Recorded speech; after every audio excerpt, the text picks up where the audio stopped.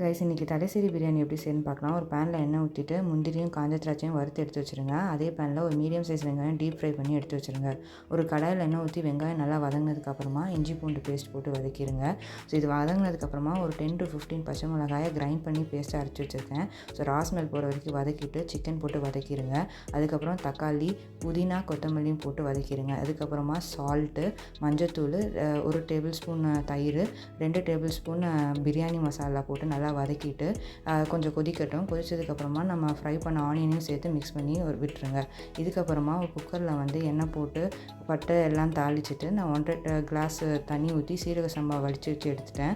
So இந்த நம்ம வடித்து வச்ச அந்த அரிசியை எடுத்து நம்ம வேக வச்ச சிக்கன் மேலே ஊற்றிட்டு நம்ம ட்ரெஸ்ஸிங் பண்ணிடலாம். இதோட சாஃப்ரான் வாட்டர் ஊற்றிட்டு 10 to 15 மினிட்ஸ் தம் வச்சு எடுத்துட்டேன். So biryani ready. ட்ரை பண்ணி பாருங்கள். தேங்க்யூ.